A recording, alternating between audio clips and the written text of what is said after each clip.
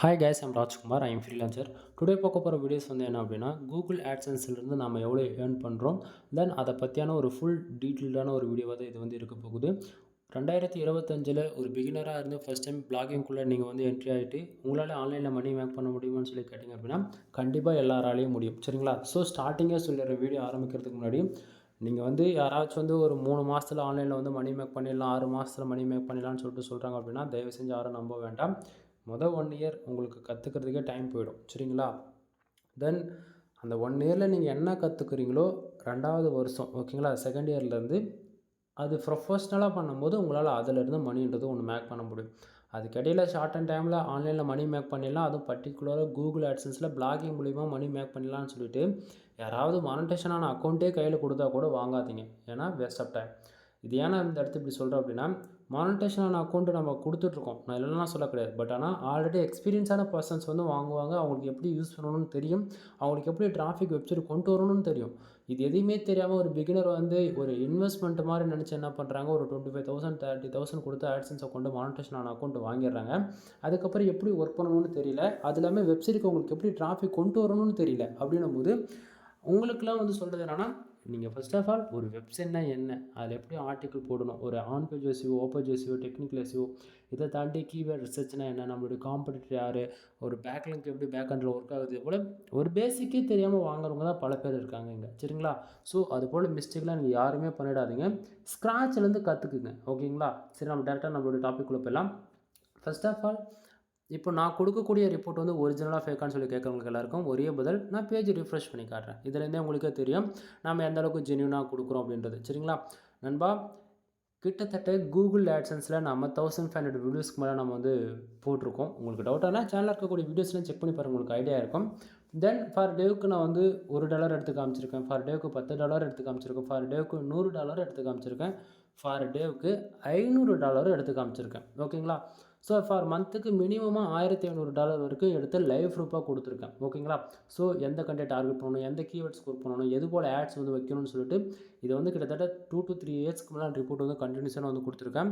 நிறைய பேர் வந்து ஒரு இனிஷியலில் ஒரு சென்டர்லேருந்து ஆரம்பித்து ஒரு கூகுள் ஆட்சன்ஸை கொண்டு மானிட்டேஷன், அதாவது வாங்கிட்ட பிறகு ஃப்ரெஷ்ஷாக ஒரு அக்கௌண்ட் எப்படி பேக் ஹண்டில் ஒர்க் ஆகும், அது எப்படிலாம் ரெவன்யூ வருதுன்றது கேட்டாங்க. தென் அவங்களுக்காகவே ஒரு சென்டில் ஆரம்பித்து ஃபார் மந்த்துக்கு $1,000 மேலே ஏர்ன் பண்ணணுன்றதுக்காக இந்த அக்கௌண்ட்டில் இன்னுமே நம்ம வந்து ஐடி வெரிஃபிகேஷன், பின் வெரிஃபிகேஷன் எதுவுமே நடக்கலை. தெரியுதுங்களா? லாஸ்ட் பேமெண்ட் 00ன்னு இருக்குது அப்படின்னா அந்த $10ன்றதை அச்சீவ் பண்ணணும் ஃபர்ஸ்ட் ஆஃப் ஆல். அதுக்கப்புறம் ஐடி வெரிஃபிகேஷன் பண்ணணும், அதுக்கப்புறம் பின் வெரிஃபிகேஷன் பண்ணணும், அதுக்கப்புறம் தான் பேங்க் அக்கௌண்ட் டீட்டெயில் ஆடே பண்ண முடியும். ஓகேங்களா? தென் நம்ம 1 மந்த்தில் ஏர்ன் பண்ண அமௌண்ட் எவ்வளோ தெரியுமா? டிசம்பர் மந்த் மொத்தமாக $2.94 ரெகுலராக வாட்ச் பண்ணுறவங்களுக்கு வந்து தெரியும். ஓகேங்களா? ஸோ நம்ம வெப்சைட்டுக்கு வந்து டே டு டே எவ்வளோ டிராஃபிக் இன்றைக்கி ரேஞ்சுக்கு வந்துட்டுருக்கு அப்படின்னா, ஓவராலாக அதாவது ஃபஸ்ட்டு நம்ம இந்த வீடியோ கொடுக்கும்போது 400 பேர் வந்தது, இன்றைக்கி ரேஞ்சுக்கு 1600 பேர் ஆவரேஜ் பண்ணி 1000 பேர்ன்ற ரேஞ்சுக்கு வந்துட்டுருக்காங்க. ஒரு நாளைக்கு நான் மினிமமாக 7லேருந்து 8 போஸ்ட் வரைக்கும் நான் போடுவேன் என்னோடய வெப்சைட்டுக்கு. புரிஞ்சுதுங்களா? ஸோ நான் டே பேக்கப்பில் இதுதான் ஃபோக்கஸாக நான் ஒர்க் பண்ணிகிட்ருக்கேன். இதுதான் என்னோடய ப்ரொஃபஷனலும் கூட. பட் ஆனால் நீங்கள் வந்து ஒரு கொஸ்டின் கேட்கலாம், ப்ரோ எனக்கு வந்து சண்டே மட்டும்தான் ஒரு நாள் தான் லீவ் இருக்குது, என்னால் வந்து இதெல்லாம் ரன் பண்ண முடியுமானா? கண்டிப்பாக சொல்கிறேன், இனிஷியலாக ரொம்ப கஷ்டம் நண்பா. இதுக்குன்னு நீங்கள் ஒரு நாளைக்கு ஒரு 3லேருந்து 4 மணி நேரம் டைம் கொடுத்து தான் ஆகணும், வேறு வழியே கிடையாது.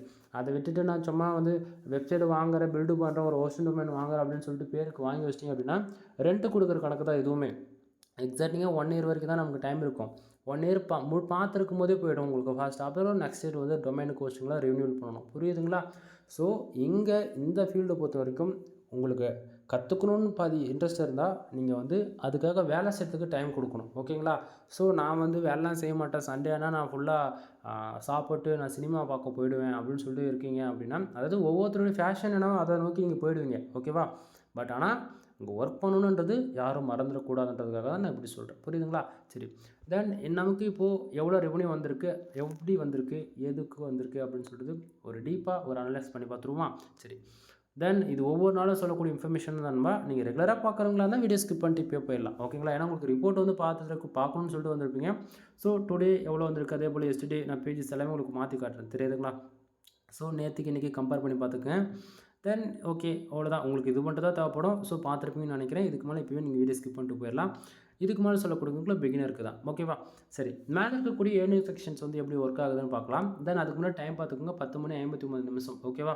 ஸோ இதை நைட் எடுத்துகிட்ருக்கோம், பகல் கிடையாது. நல்லா புரிஞ்சுக்கோங்க. நைட் எடுத்துகிட்ருக்கோம். இது ஏன் நான் இந்த நைட்டுன்னு சொல்கிறேன் அப்படின்னா, கூகுள் ஆட்சன்ஸ் பொறுத்தவரைக்கும் எக்ஸாக்டிங்காக நமக்கு எவ்வளோ பேஜ் வந்தாலும் சரி, எவ்வளோ ஆட் கிளிக் வந்தாலும் சரி, எக்ஸாக்டிங்காக 1 ஹவருக்கு ஒன்ஸ் வந்து அப்டேட் ஆகும். ஓகேங்களா?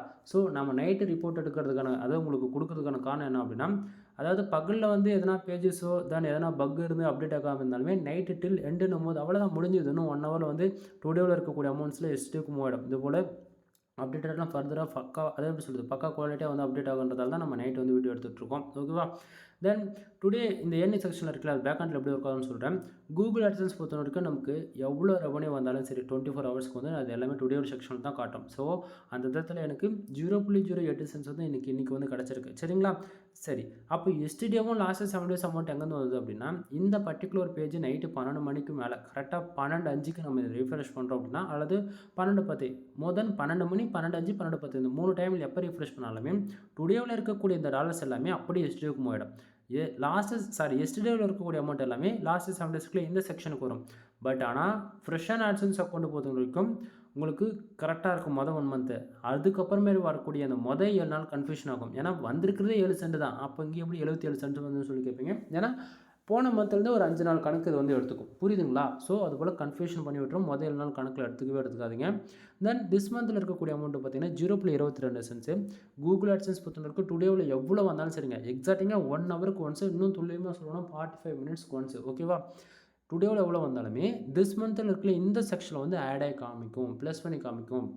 இப்போது இங்கே 0.08 சென்ட்ஸ் இருக்கா, இன்னும் 2 சென்ட் வந்தால் 10 சென்ட் ஆகிடுமா? அப்போ இந்த இடத்த வந்துச்சுன்னா அவராஜா அங்கே வந்து 10 சென்ட் இருக்குன்னா இங்கே ஆல்ரெடி அப்டேட் ஆகி தான் காமிச்சிட்ருக்கு. 0.74 சென்ட்ஸ்ன்றது ஆல்ரெடி அந்த 8 சென்ட் ப்ளஸ் பண்ணி தான் இங்கே ஓவராலாக காமிச்சிட்ருக்கு. புரியுதுங்களா என்ன சொல்ல வர்றது? ஸோ டுடேவில் எவ்வளோ வந்தாலுமே அது திஸ் மந்தில் அப்படியே அடுத்த 1 ஹவர்ஸில் ரிஃப்ளெக்ட் ஆகிடுறது தெரிஞ்சுக்கோங்க. இந்த திஸ் மந்தில் இருக்கக்கூடிய இந்த செக்ஷன் வந்து டே 1ல் ஆரம்பித்து மந்த் எண்டு வரைக்கும், இந்த டே 28னா 28, 31னா 31 ஓகேங்களா? ஸோ இந்த நாள் வரைக்கும் வரக்கூடிய எல்லா ரெவன்யூமே, ஒவ்வொரு நாளும் வரக்கூடிய எல்லா ரெவன்யூமே ப்ளஸ் பண்ணி ஓவராலாக காட்டும் இந்த திஸ் மந்தில். சரியா? ஸோ பேலன்ஸில் இருக்கக்கூடியது வந்து இது போன மந்தோடைய அமௌண்ட்டு ஒவ்வொரு மந்த் எண்டில் 1ஆம் தேதி தானே நேற்று அடிச்சேன்னா அப்படின்னா திஸ் மந்தில் இருக்கக்கூடிய இந்த அமௌண்ட்டெல்லாம் ஜீரோ பண்ணி பேலன்ஸ்ன்றது இந்த செக்ஷனுக்கு மூவ் பண்ணுவாங்க. ஸோ இதில் வந்து எவ்வளோ டாலர் இருக்குது அது ப்ளஸ் பண்ணி காமிக்கும். சரிங்களா? ஸோ இந்த பேலன்ஸில் வந்து $100 உங்களுக்கு இருக்குது அப்படின்னா மறுபடியும் 1ஆம் தேதி நைட்டு வந்து என்ன பண்ணுவாங்கன்னா மாற்றி சொல்கிற மாதிரிங்க, அந்த பேலன்ஸ் என்ற செக்ஷனுக்கு $100 வந்துடுச்சு அப்படின்னா கரெக்டாக நமக்கு என்ன இந்த லாஸ்ட் பேமெண்ட் இருக்குது பார்த்தீங்களா, இந்த செக்ஷனுக்கு வந்து மூவ் பண்ணுவாங்க. எப்படி? அதுவும் $100 வந்தால் மட்டும்தான். சரிங்களா? ஸோ $100 வந்துட்டாலுமே இந்த இடத்த உங்களுக்கு திஸ் மந்தில் $100 வந்து அது பேலன்ஸ் இந்த செக்ஷனுக்கு மூவ் பண்ணுறாங்க. அதான் நல்லா புரிஞ்சுக்கணும். திஸ் மந்தில் $100 இருக்குது அப்படின்னா அது என்ன பண்ணுவாங்க, பேலன்ஸ் இந்த செக்ஷனுக்கு மூவ் பண்ணுறாங்களா, ஸோ இந்த செக்ஷனில் 21 நாளைக்கு ஹோல்டு பண்ணுவாங்க. மறுபடியும் சொல்கிறேன், 21 நாளைக்கு ஹோல்டு பண்ணுவாங்க. அந்த 21 நாள் என்ன பண்ணுவாங்கன்னா, நம்ம வெப்சைட்டுக்கு வந்திருக்கக்கூடிய ஆடுகளுக்கு இம்ப்ரெஷனு, டிராஃபிக் எல்லாமே ஒரிஜினலா இல்லை பாட்டா இல்லாது வேணும்னா நீங்களே VPN அண்டு இது போல் ஃப்ராக்ஸ் யூஸ் பண்ணி ஷெல்ஃப் கிளிக் பண்ணியிருக்கீங்களா அப்படின்னு சொல்லிட்டு பாட் வந்து என்ன பண்ணும், மேனுவலாக வெரிஃபிகேஷன் பண்ணும். பாட்டுன்னு சொல்கிறத விட இது 100% ஹியூமன்னே சொல்லலாம். இதுக்குன்னா தேர்ட் பார்ட்டி நெட்வொர்க் இருக்குது, அவங்க பார்த்துப்பாங்க இந்த வேலையெல்லாம். சரிங்களா? தென் 21 நாளைக்கு அப்புறம் என்ன பண்ணுவாங்கன்னா, 21ஆம் தேதி நைட்டு வந்து பேலன்ஸில் இருக்கக்கூடிய அமௌண்ட்டு லாஸ்ட் பேமெண்ட்டுக்கு மட்டும் அனுப்பிச்சிட்டாங்க அப்படின்னா கம்பல்சரி அந்த அமௌண்ட் வந்து உங்களுக்கு பேங்க் அக்கௌண்ட்டுக்கு வந்து ரிசீவ் ஆகிடும். புரியுதுங்களா என்ன சொல்ல வரன்றது? ஸோ இது போல் தான் ப்ரொசீஜர் வந்து நடக்கும். ஓகேவா? சரி, அடுத்ததான் இந்த டுடேவில் வந்திருக்கக்கூடிய இந்த 0.8 சென்ட்ஸ் வந்திருக்குல்ல, அது வந்ததுக்கான ரீசன் என்னது இன்னும் டீட்டெயிலில் பார்ப்போமா? இந்த இடத்துல பர்ஃபார்மன்ஸில் பார்த்தாச்சு அப்படின்னா பேஜஸ் 1630 பேர் வந்திருக்காங்களா, இந்த 1630 பேர் வந்ததால் இந்த 0.8 சென்ட்ஸ் வந்திருக்கானா கிடையாது. இந்த 1630 பேர் நம்ம வெப்சைட்டுக்கு வந்திருக்காங்க. அதில் 3 பேர் கிளிக் பண்ணியிருக்காங்க. நம்ம வெப்சைட்டில் வந்திருக்கக்கூடிய இந்த ஆட் இருக்குல்ல, இந்த விளம்பரம், அந்த ஆட் வந்து 3 பேர் வந்து நம்ம கிளிக் பண்ணியிருக்காங்க. ஸோ அந்த 3 பேர் கிளிக் பண்ணதால் கிட்டத்தட்ட நமக்கு 0.08 சென்ட்ஸ் வந்து நமக்கு வந்து கிடச்சிருக்கு. சரிங்களா? அப்போ ப்ரோ நம்ம வெப்சைட்டுக்கு அதாவது கூகுள் AdSense பொறுத்த வரைக்கும் பேஜஸ்க்கோ அல்லது இம்ப்ரெஷனுக்கோ காசு கொடுக்க மாட்டாங்களா அப்படின்னு சொல்லி கேட்டாங்க அப்படின்னா, ஆமாம், கூகுள் AdSense பொறுத்த வரைக்கும் நமக்கு பேஜஸ்க்கோ இம்ப்ரெஷனுக்கோ காசு கிடையாது. ஒரு யூஸர் வந்து தெரியாமல் நம்ம வெப்சைட்டில் வரக்கூடிய ஆட் வந்து கிளிக் பண்ணால் தான் அது மூலிமா நமக்கு ரெவன்யூன்றது ஒன்று ஜென்ரேட் ஆகும். புரியுதுங்களா? சரி, அப்போ பக்கத்தில் இருக்கக்கூடிய இந்த பேஜ் RPM CPCனா என்னன்னு சொல்லி கேட்டிங்கன்னா, ஃபர்ஸ்ட் ஆஃப் ஆல் நம்ம எந்த கண்டென்ட் டார்கெட் பண்ணி ஒர்க் பண்ணுறோம் அது ஒன்று, ரெண்டாவது என்ன கீவேர்ட்ஸில் ஒர்க் பண்ணுறோம். ஓகேங்களா? ஸோ நான் இனிஷியலில் வந்து இந்தியா பேஸ் பண்ணி தான் ஒர்க் பண்ணிகிட்ருக்கேன். ஸோ அதனால் எனக்கு வந்து பேஜ் RPMன்றது ரொம்ப கம்மியாக இருக்குது. தென் என்றைக்கு வந்து எனக்கு வந்து ஒரு நல்ல ஒரு டிராஃபிக் வருதோ அன்றைக்கி ரேஞ்சுக்கு நான் டயர் 1 கண்ட்ரி டார்கெட் பண்ணி ஒர்க் பண்ணிப்பேன். புரியுதுங்களா? ஸோ பேஜ் ஆர்பிஎம் ஒரு யூசர் வந்து நமக்கு தெரிஞ்சோ தெரியாமல் ஒருத்தர் ஆட் கிளிக் பண்ணிட்டாங்க அப்படின்னா 0.06 சென்ட்ஸ் வந்து நமக்கு கிடைக்க வேண்டிய இடத்த கரண்ட் வேல்யூ வந்து சிபிசி எவ்வளோ இருக்குது 0.03 இருக்குது அப்படின்னா ஒரு கிளிக்கு 0.03 சென்ட்ஸ் வந்து கிடைக்குது. அப்படின்னா நமக்கு 3 கிளிக்கு நடந்திருக்கு. 3 கிளிக்கு ஆவரேஜாக நமக்கு 8 சென்ட்ன்ற விதத்தில் கிடச்சிருக்கு ப்ரோ. அப்படி பார்த்தா கூட உங்களுக்கு 3 கிளிக்கு கம்மியாக தானே ப்ரோ இருக்குது. ஒரு 3 மணி நேரம் 2 மணி நேரம் 9 சென்ட் வந்திருக்கணும் அப்படின்னு சொல்லி கேட்டிங்கன்னா ஏதோ ஒரு கிளிக்கு 2 சென்ட் கிடச்சிருக்கு. ஓகேங்களா? இதனா சிபிசின்றது ஒவ்வொரு கிளிக்கு தனித்தனியாக வராது, ஓவராலாக கிளிக்கு எவ்வளோ வந்திருக்குன்றது தான் காட்டும். புரியுதுங்களா? சரி, இம்ப்ரெஷன் வந்து பார்த்தாச்சுன்னா 1630 பேருக்கு கிட்டத்தட்ட 921 இம்ப்ரெஷன் தான் வந்து கிடச்சிருக்கு. நல்லா புரிஞ்சுக்கணும். இம்ப்ரெஷன் எதனால் வருது அப்படின்னா நம்ம வெப்சைட்டுக்குள்ளே வரக்கூடிய இந்த யூசர்ஸ் இருக்காங்கல்ல, யூசர்ஸ் அவங்க வந்து எவ்வளோ நேரம் இருக்காங்க, எவ்வளோ செகண்ட் இருக்காங்க. ஓகேங்களா? அதை பொறுத்து தான் இந்த இம்ப்ரெஷன் வந்து காட்டும். அதே போல் இம்ப்ரெஷன் வந்து டிராஃபிக் வந்துட்டால் மட்டும் கணக்கில் வராது. ஆட் வந்து அவங்க பார்க்கணும், ஷோ பண்ணணும். அந்த ஆட் வந்து அவங்களுக்கு ஷோ பண்ணணும். உங்களுக்கே தெரியும் நண்பா, இன்றைக்கி ரேஞ்சுக்கு அதாவது ஃபோனில் பார்க்குறவங்களுக்கு வந்து கண்டிப்பாக ஆட் வந்து ஸ்கிப் பண்ண முடியாது. ஆனால் டெஸ்க்டாப் பொறுத்த வரைக்கும் உங்களுக்கே தெரியும் ஏகப்பட்ட ஆட் பிளாக்கர் யூஸ் பண்ணுவாங்கன்னு. ஸோ அது போல் தான் நமக்கு வரக்கூடிய ஆடியன்ஸ் மொத்தமாக டெஸ்க்டாப் ஆடியன்ஸாக தான் இருக்காங்க. தெரியுதுங்களா? ஓவராலாக ஒரு 70% மேலே டெஸ்க்டாப் ஆடியன்ஸாக தான் இருக்காங்க. அப்படின்னும் போது எனக்கு ஓவராலாக எல்லாருமே ஆட் பிளாக்கர் அந்தமாரி போட்டு இருக்கும்போது எனக்கான இம்ப்ரெஷன் கம்மியாக இருக்குது. பட் ஆனால் உங்களுக்கு 1000 பேர் வராங்க அப்படின்னும் போது 6000 இம்ப்ரெஷன் மினிமமாக காசு ஆகணுன்றது தெரிஞ்சுக்குங்க. சரிங்களா? தென் பேஜ் சிடிஆர் இப்போதைக்கு நமக்கு 0.24% இருக்குது. 100% சேஃப் அண்ட் செக்யூராக இருக்குது. ஏன் இந்த இடத்த நான் எப்படி சொல்கிறேன் அப்படின்னா பேஜ் சிடிஆர் எப்போயுமே 10க்கு மேலே போகக்கூடாது. 10க்கு மேலே போகுது அப்படின்னா உங்களுடைய ஆட்சன்ஸ் அக்கௌண்ட் சம் இஷ்யூஸில் இருக்குன்னு அர்த்தம். அதாவது டேஞ்சர் ஜோனில் இருக்குன்னு அர்த்தம்னா வச்சுங்களேன், ஆட் லிமிட் வரும், ஆட்சன்ஸ் அக்கௌண்ட்டே கூட க்ளோஸ் ஆகிப்படும் சில டைமில். ஸோ பேஜ் சிடிஆர்ன்றது எப்போயுமே 10க்குள்ளேயே மெயின்டைனிங் பண்ணிக்கோங்க. தென் இன்றைக்கி டுடேயில் 0.8 சென்ட்ஸ் வந்ததுக்கான மெயின் ரீசன்ன்றது ஓரளவுக்கு ஐடியா கிடச்சிருக்குன்னு நான் நினைக்கிறேன். அடுத்ததாக இந்த கண்ட்ரிஸ் வைஸ் பார்த்தாச்சு அப்படின்னா இன்றைக்கி கிட்டத்தட்ட இந்தியாவில் வந்து 1210 பேர் வந்திருக்காங்க. அதில் 3 பேர் ஆட் வந்து கிளிக் பண்ணியிருக்காங்க. ஆவரேஜாக 3 ஆட் கிளிக்கு 0.07 சென்ட்ஸ் வந்து கிடச்சிருக்கா. ஸோ இந்த இடத்த உங்களுக்கு தெளிவாக தெரிஞ்சிடும்னு நினைக்கிறேன். தென் சவுதி அரேபியா, தென் ஸ்ரீலங்கா, தென் சிங்கப்பூர், அதாவது டயர் 1 கண்ட்ரி பொறுத்த வரைக்கும் பேஜஸ் மட்டும் தான் நடந்திருக்கா தவிர கிளிக்ஸ் எதுவும் நடக்கல. அதே போல் அந்த எஸ்டிஏக்கும் அந்த மொத்தம் மாற்றி காட்டுறேன் பாருங்கள். இந்தியா, சிங்கப்பூர், தென் அதே போக ஓரளவு இந்தியா தான் நமக்கு இந்தியன் ஆடியன்ஸ் தான் உங்களுக்கு ஓரளவுக்கு வந்திருக்காங்க. தென் லாஸ்ட் 7 டேஸ்லுமே தெரியுதுங்களா. Then India, human, Germany, Singapore, united ஸ்டேட்ஸ்னு பார்த்துச்சுன்னா இந்தியா தான் ஓகேவா. ஸோ அது இல்லாமல் ஸ்டார்டிங் உங்கள்கிட்ட நான் என்ன சொல்ல வரேன் அப்படின்னா நீங்கள் இந்தியாவை டார்கெட் பண்ணி ஒர்க் பண்ணாலே உங்களுக்கு ரெவன்யூன்றது கம்மியாக தான் இருக்கும். கம்மினா ரொம்ப கேவலமாக இருக்கணும்னு வச்சுக்கோங்களேன். உங்களுக்கு என்றைக்கு வெப்சைட்டுக்கு 30,000 பேருக்கு மேலே வராங்களோ அன்றைக்கி வந்து 3-5 எதிர்பார்க்கலாம். தென் 1000 பேர் வராங்க, 500 பேர் வராங்க அப்படின்னா கண்டிப்பாக சொல்கிறேன் இந்தியாவிலேருந்து எதிர்பார்க்க முடியாது. பட் ஆனால் நீங்கள் ஏன் ஒரு இந்தியா பேஸ் பண்ணி ஒர்க் பண்ணுறதுன்னு சொல்லி கேட்டிங்கன்னா நல்லா புரிஞ்சுக்கணும். எனக்கு வந்து டிராஃபிக் தான் இம்பார்ட்டன்ட், ஆர்கானிக் டிராஃபிக் தான் இம்பார்ட்டன்ட். இந்தியா பேஸ் பண்ணி 5000 பேர் வராங்கன்னும் போது அமெரிக்காவிலேருந்து 1000 பேர் வந்து அதில் 5 கிளிக் நடந்தாலே எனக்கு அன்றைக்கி $1000 கிடச்சிரும். புரியுதுங்களா என்ன சொல்ல வரது? ஒரு சிலது பார்க்க தான் புரியும். வரப்போகிற நாட்கள் அதையுமே நீங்கள் பார்ப்பீங்க. சரிங்களா? தென் இவ்வளோ தான் இன்றைக்கான ரிப்போர்ட். இது வந்து மேனுவல் ஆட் வச்சுருக்கும். அதுக்கான ஆட் கோடுக்கான இம்ப்ரெஷன் எவ்வளோ வந்திருக்குன்னா 39 இம்ப்ரெஷன் வந்து கிடச்சிருக்கு. தென் கிராஃப் டீட்டெயில் பார்க்கும்போது உங்களுக்கு ஓரளவுக்கு ஐடியா கிடைக்குன்னு நான் நினைக்கிறேன். தென் இதுக்கு மேலே சொல்லக்கூடியது எல்லாமே பெய்டு சர்வீஸ்க்குள்ள வரும். நம்மக்கிட்ட வந்து கன்னட ரைட்டிங் சர்வீஸ் வந்து அவைலபிள் இருக்குது. ஃபார் ஆர்டிகல் 2 கொடுத்துட்ருக்கோம். வெப்சைட் வந்து பில்டு பண்ணி கொடுத்துட்ருக்கோம். 3 விதமான பேக்கேஜ் இருக்குது.